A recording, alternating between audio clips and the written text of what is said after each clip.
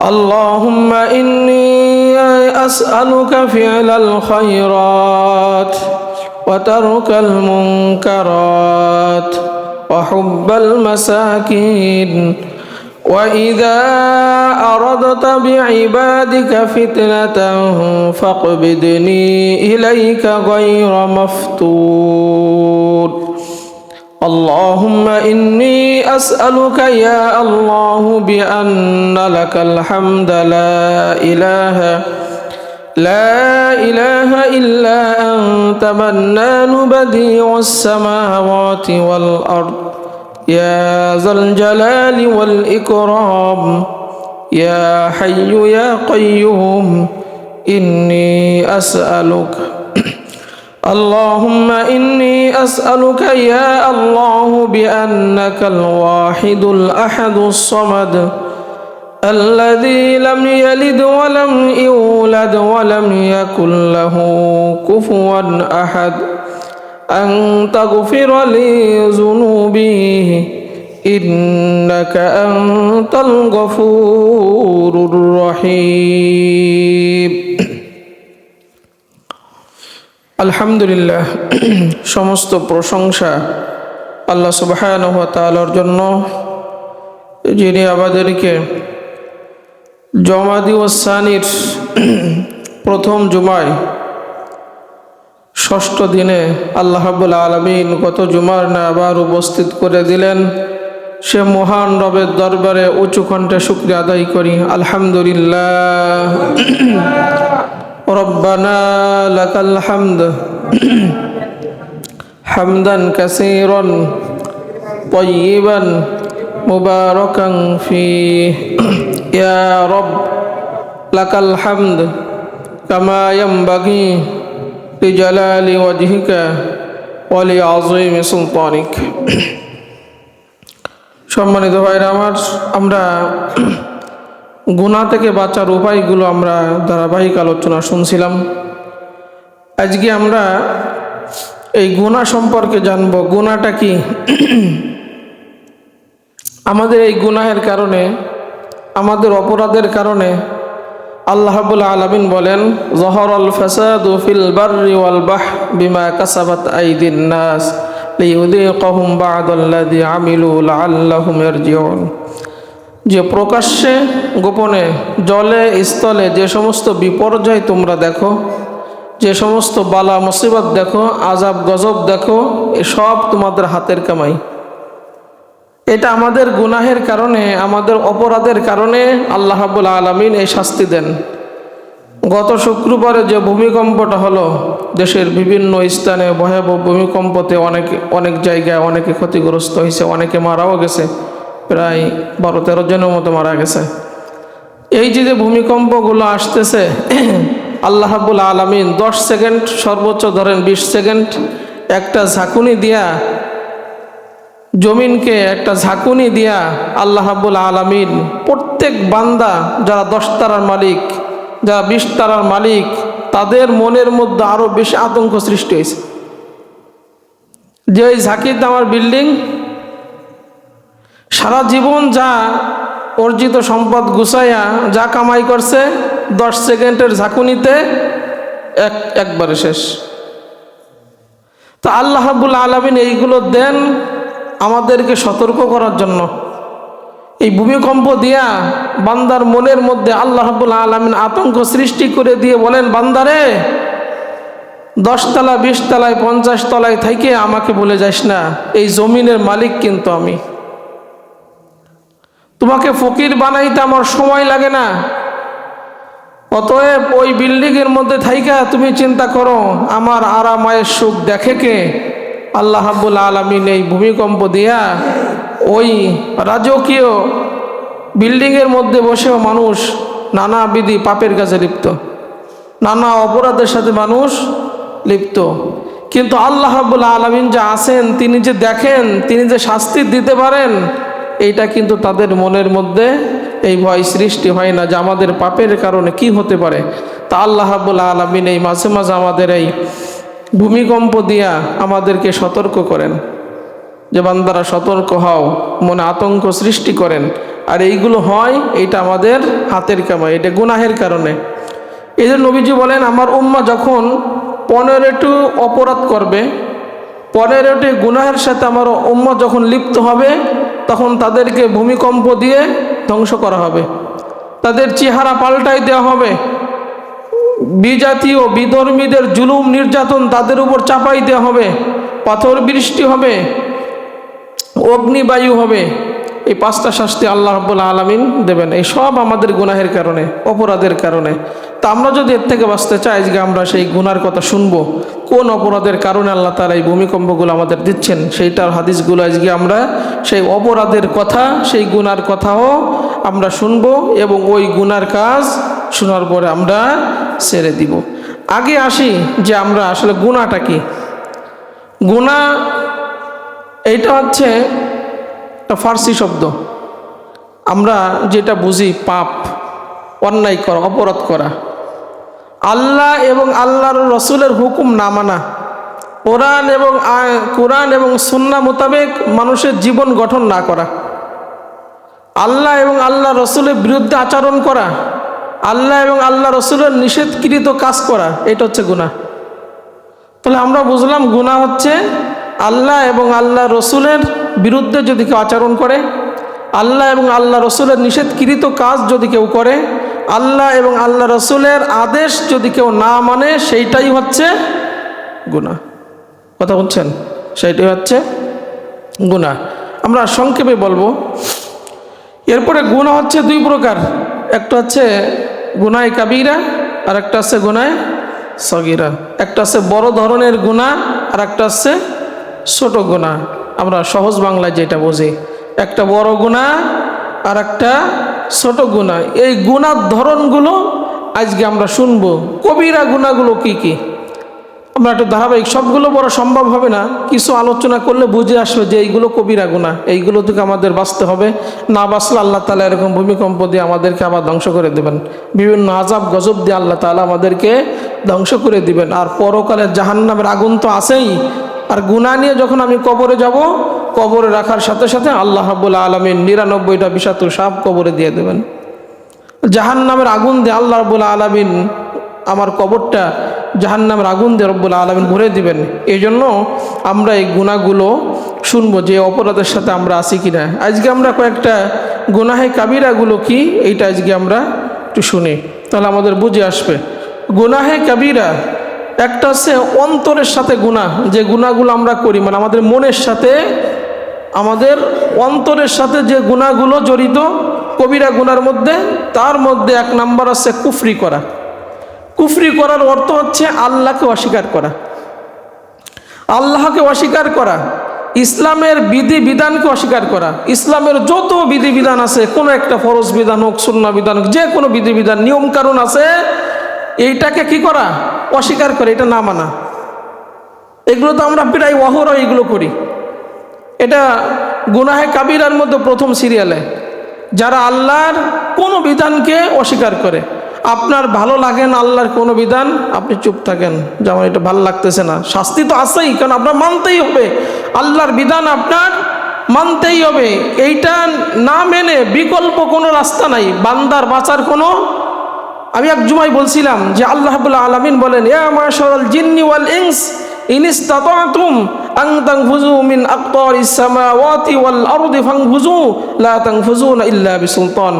হে জিন আর ইনসারা, হে জিন, হে মানুষ, তোমরা আল্লাহ রাব্বুল আলামিনকে যারা মানতে চাও না, আল্লাহ রাব্বুল আলামিনকে যারা মানতে চাও না, আল্লাহর জমিন ছেড়ে বেরোয় যাও। কোথায় তুমি যাবে? সেই জায়গাটা তো আল্লাহর। তুমি পাহাড়ে যাবে, আসমানে যাবে, কোনো গ্রহে যাবে, সমুদ্রে যাবে, সাগরে যাবে, নদী নালায়, যেখানে তুমি যাবা না কেন, সেই জায়গাটা আল্লাহ রাব্বুল আলামিনের সৃষ্টি।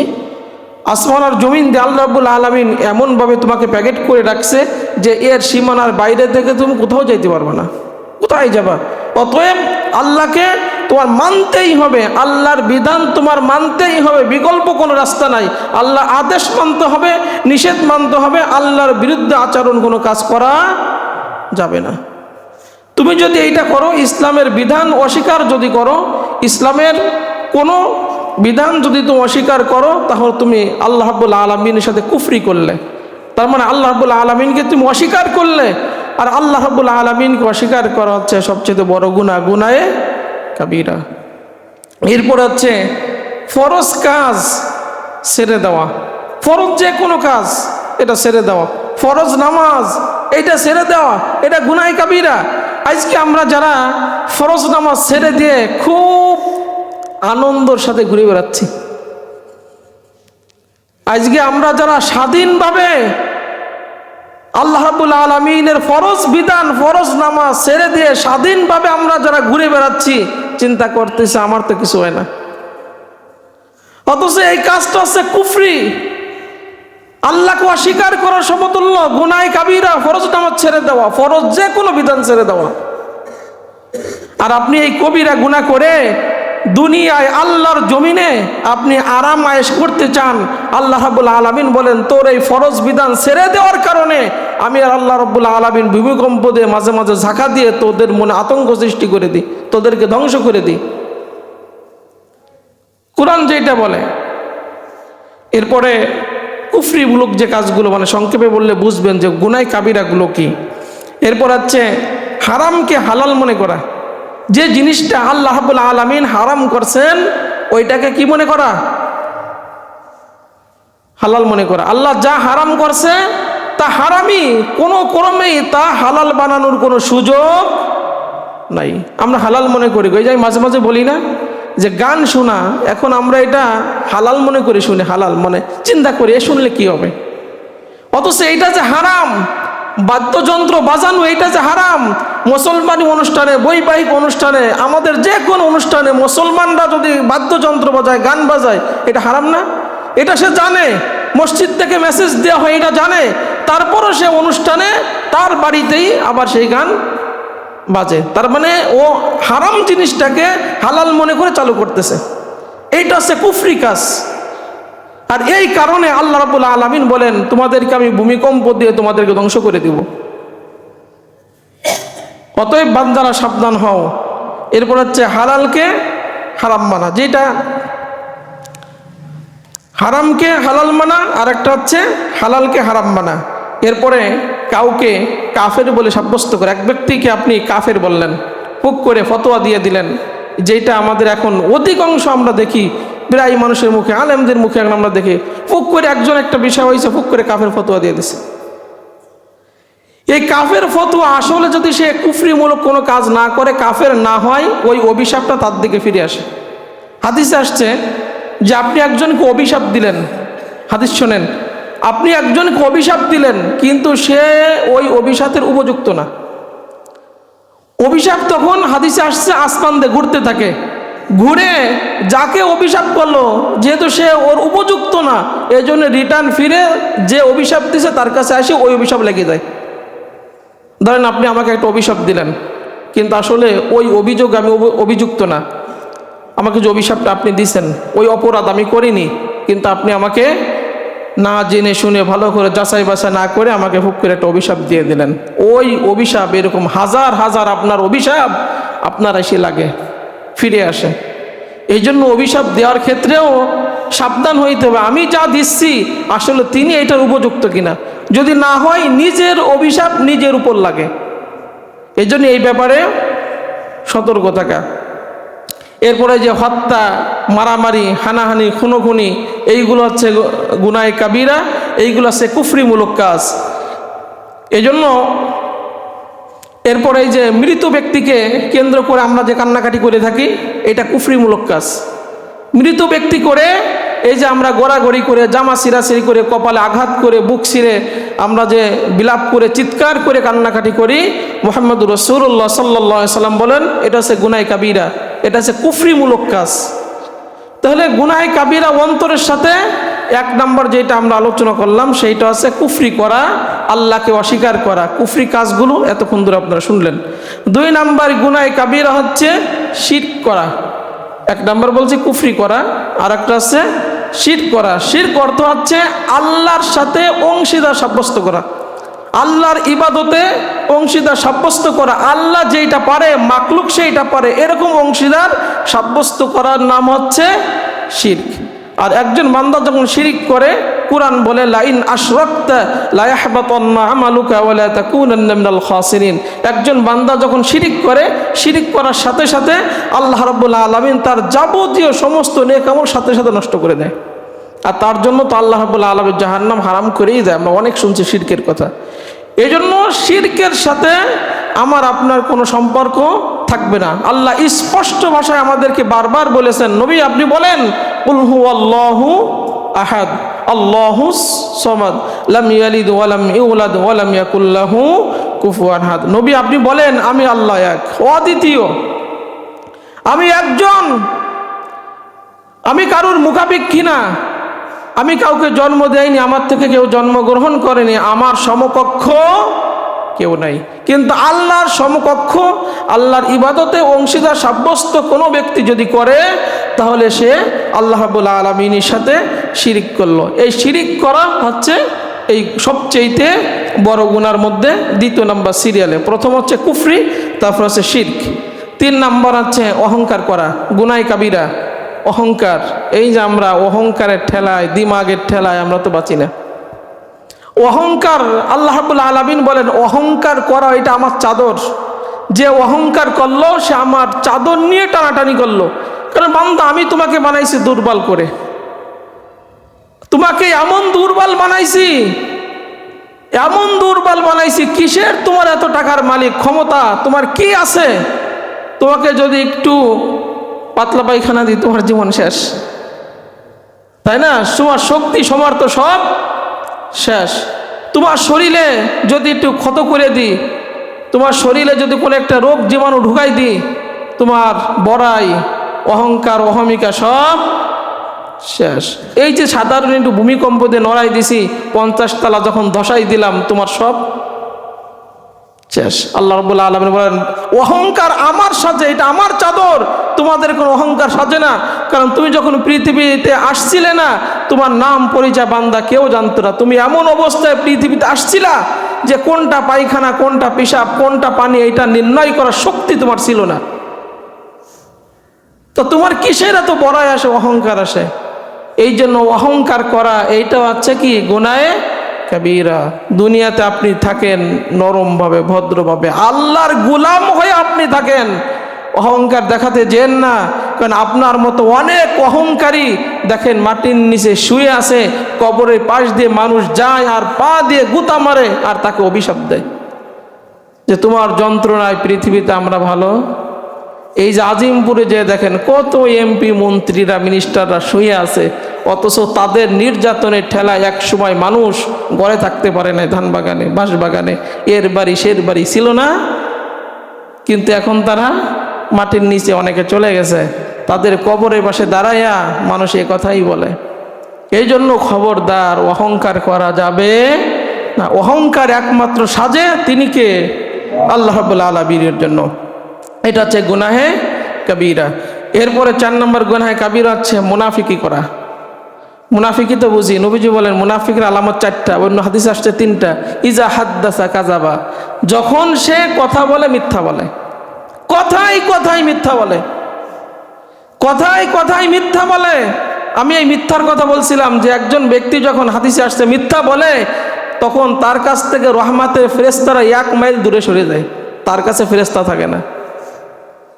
তা আপনি দিনে যদি আমরা বারবার কথা বলার সময় মিথ্যা বলি, একটা গল্প বলছি তাও মিথ্যা বলি, বানাই সানায়া এটা বলি, মানুষকে মনোরঞ্জন করার জন্য, নিজের দিকে আকৃষ্ট করার জন্য মিথ্যা অনেক গল্প সাজায়া অনেক কিছু আমরা বলি, অপরে বদনাম করে করে এগুলো আমরা বলি, মিথ্যা কথা এটা বলি মানুষের কাছে ভালো শাস্তি। যে খবরদার ভাই, আপনার কাছে আল্লাহর রহমতের ফেরেশতা থাকবে না, 1 কিলো দূরে চলে যাবে, 1 মাইল দূরে চলে যাবে ফেরেশতা আপনার কাছ থেকে। তাহলে মুনাফিকের আলামত মুনাফিকি করা, এটা হচ্ছে গুনাহে কাবীরা। ইজা হাদ্দাসা কাযাবা, যখন সে কথা বলে মিথ্যা বলে। ওয়াইদা ওয়াদা আখলাফা, যখন মানুষের সাথে অঙ্গীকার করে, ওয়াদা করে, ওয়াদা কি করে? ভঙ্গ করে। মানুষের সাথে জীবনে কত ওয়াদা আমরা করি, আর আমাদের দেশের নেতা যখন মানুষ হইতে যায় ওয়াদার শেষ নাই। নির্বাচন শেষ, জনগণের সাথে যে প্রতিশ্রুতি দেওয়া, এইটা পূরণ করার কোনো আর আশ্বাস জাগে না।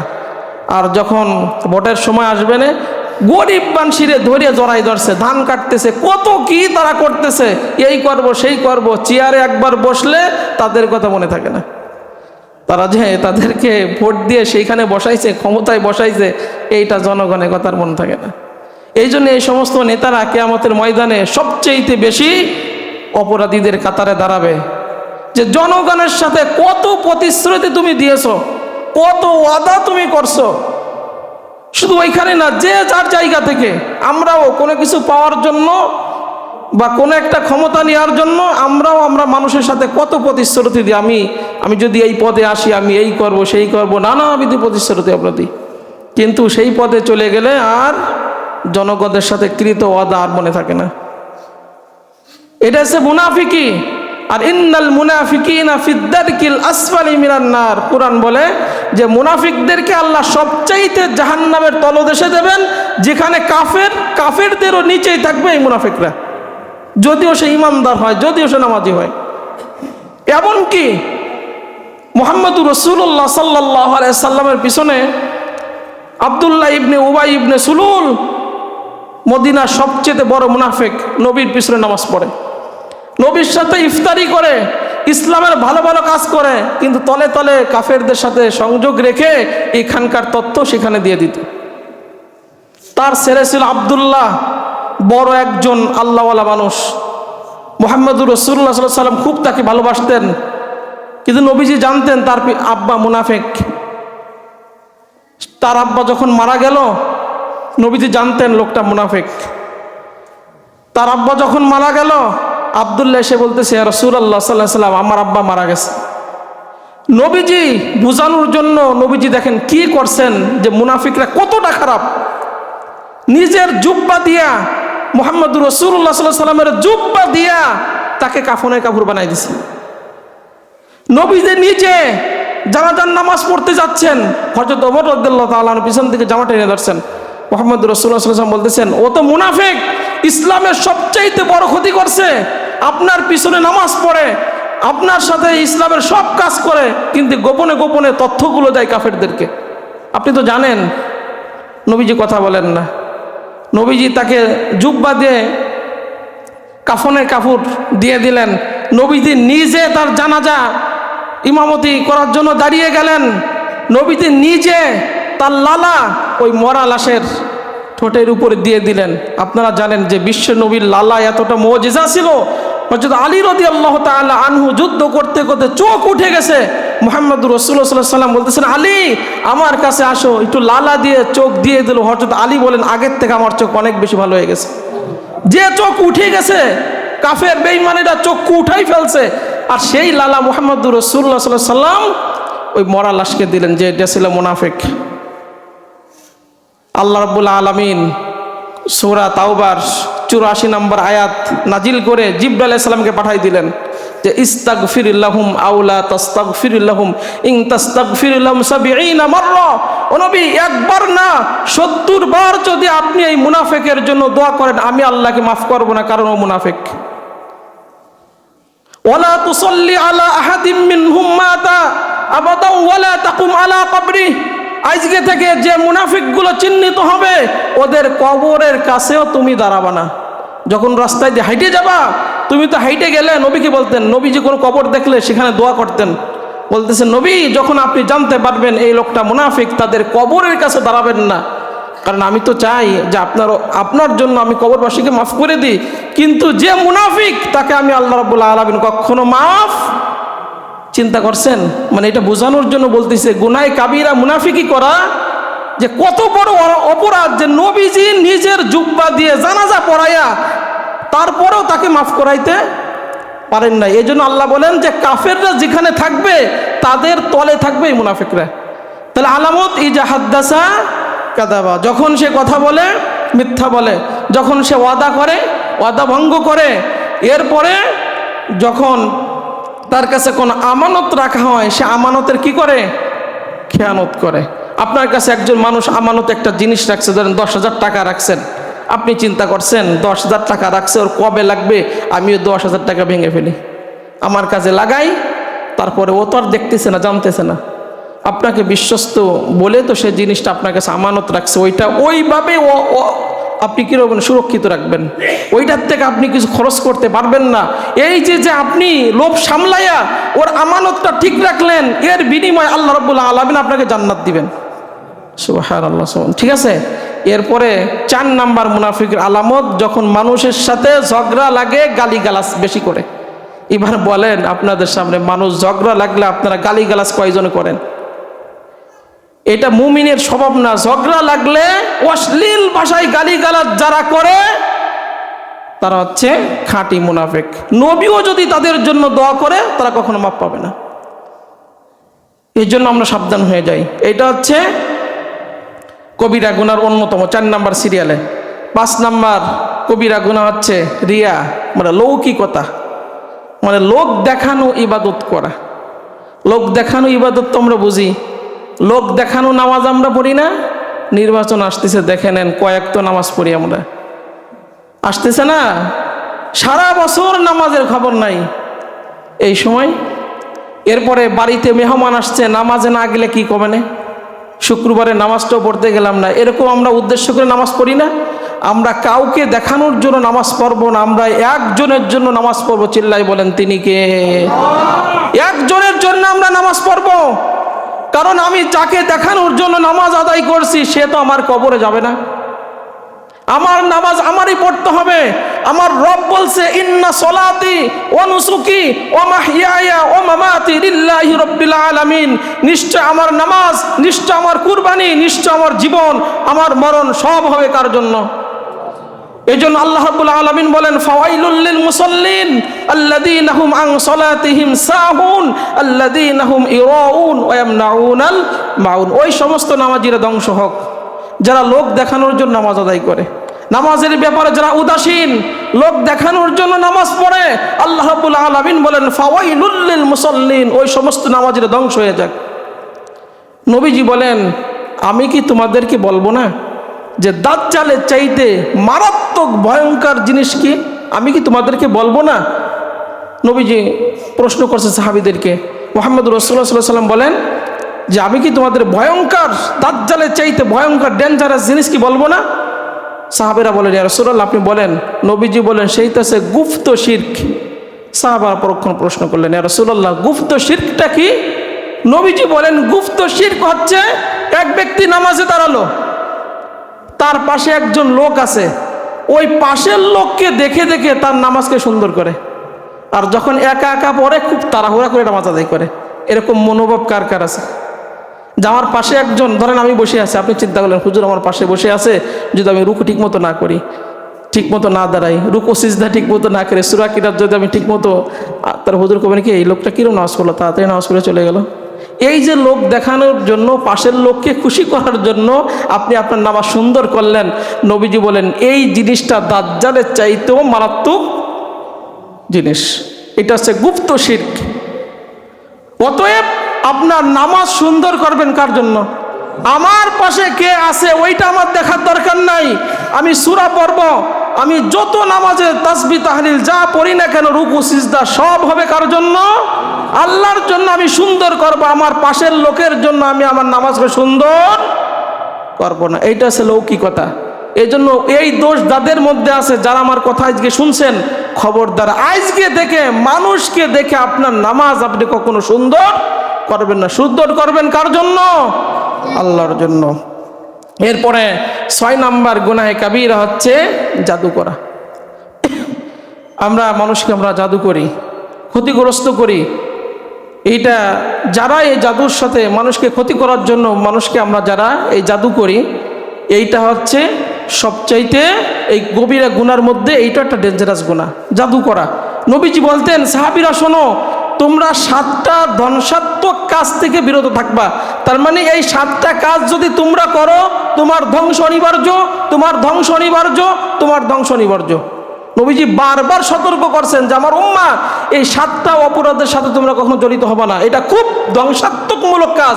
এইটা তুমি করলা, তার মানে নিজের পায়ে নিজে কুড়ুল লাগাইলা।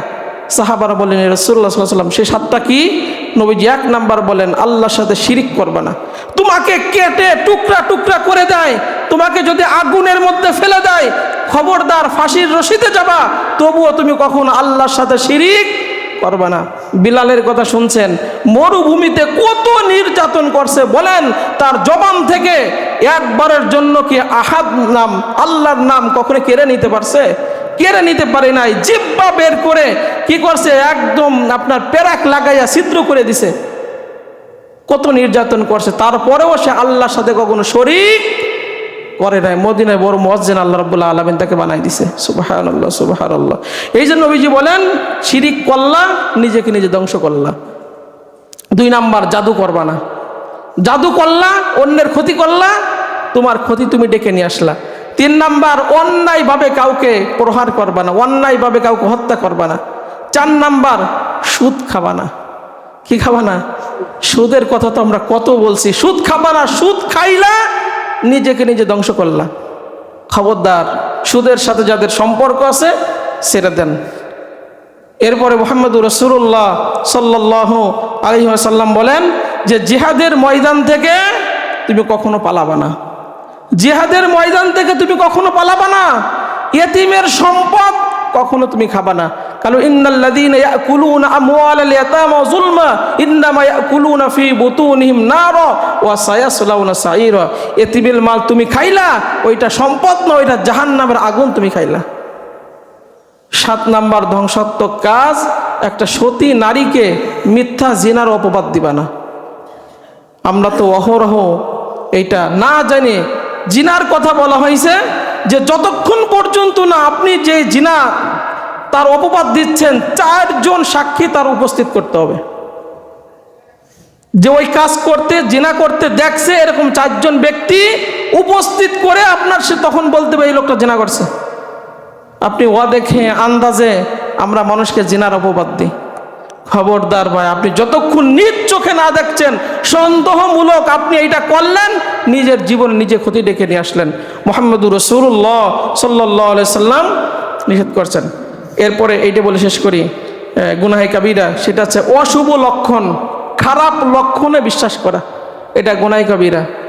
নবীজি বলেন সোয়াসি বলতে কিছু নাই, অশুভ কুলক্ষণ বলতে কিছু নাই।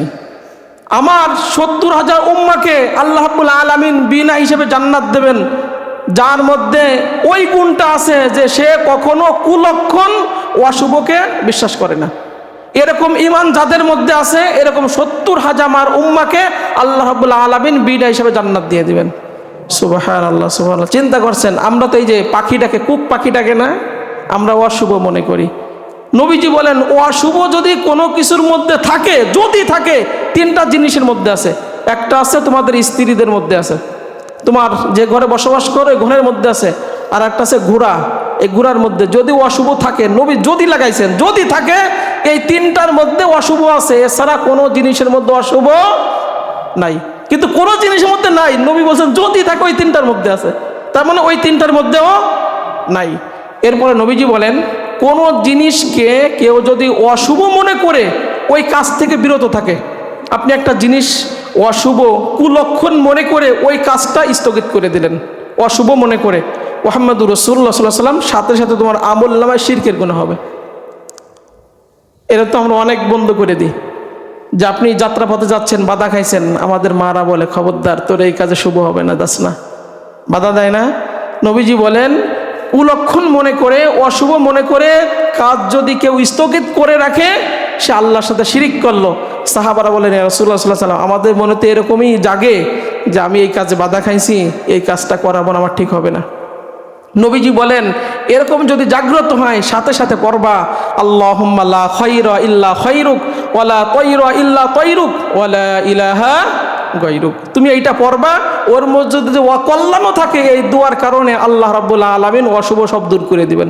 সুবহানাল্লাহ, সুবহানাল্লাহ। তাহলে এইখান থেকে বাঁচবেন, আল্লাহুম্মা লা খায়রা ইল্লা খায়রুক ওয়া লা তায়রা ইল্লা তায়রুক ওয়া লা ইলাহা গায়রুক। আপনি বলেন, বাংলায় বলেন, যদি আরবিতে না পারেন, যে আল্লাহ আপনার কল্যাণ ছাড়া কোনো কল্যাণ নাই, তার মানে আপনার শুভ ছাড়া কোনো শুভ নাই, আপনার অকল্যাণ ছাড়া কোনো অকল্যাণ নাই, কুলক্ষণ নাই, অশুভ নাই।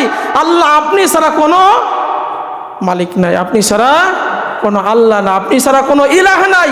আপনি যখন এই কথা বলবেন, যদিও ওর মধ্যে অশুভ ক্ষতিকারক কোনো জিনিস থাকে, এই দোয়া পড়ার কারণে আল্লাহ রাব্বুল আলামিন আপনাকে ওই ক্ষতি থেকে বাঁচাই দিবেন। আল্লাহ রাব্বুল আলামিন, আমরা ধারাবাহিক আলোচনা এগুলো শুনবো। আল্লাহ রাব্বুল আলামিন আমাদের তৌফিক দান করুক। আমরা বলি আমিন।